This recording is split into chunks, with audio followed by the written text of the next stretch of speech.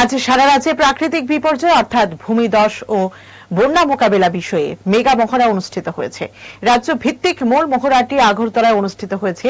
এই মেগা মহড়ায় এলাকা রাখা হয়েছে হাপানিয়া মেলা গ্রাউন্ডের মাল্টিপারপাস হল।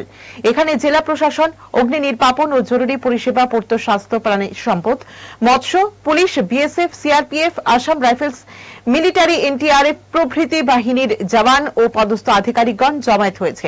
সাংবাদিকদের মুখোমুখি হয়ে পশ্চিম জেলার জেলা শাসক ডক্টর বিশাল কুমার জানান, পশ্চিম জেলার 12টি জায়গায় সকাল 7টা থেকে মহড়া শুরু হয়। 6 জায়গায় বন্যা মোকাবেলা এবং বাকি 6 জায়গায় ভূমিধস হলে কি কি করতে হবে তার মহড়া হয়েছে। তিনি জানান, গত বছর অগাস্টে ভয়াবহ বন্যার পরিস্থিতিকে সামনে রেখে মহড়া হয়। অংশ নিয়েছেন national disaster management authority, Assam rifles, police, TSR, দমকল ছাড়াও অন্যান্যরা। आश्वस्त थे कि हमारी जो तैयारियां हैं डिजास्टर से रिलेटेड वो काफी अच्छे स्तर पर हैं और पूरे जो भी प्रोटोकॉल्स हैं उसमें हम लोग खरे उतरे हैं।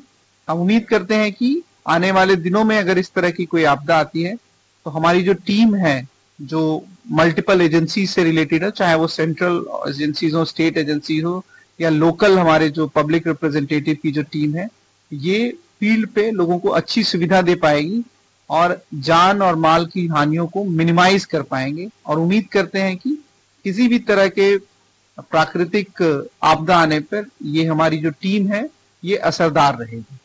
और अभी तक जो रेनफॉल है इससे यही जानकारी मिली है कि अभी कोई खतरे की संभावना नहीं है, परंतु अगर कोई भी असुविधा आती है तो उसके लिए हम पूरे तैयार हैं। हमारे रिलीफ सेंटर्स, हमारी जो टीम है एनडीआरएफ, एसडीआरएफ की रेडी है।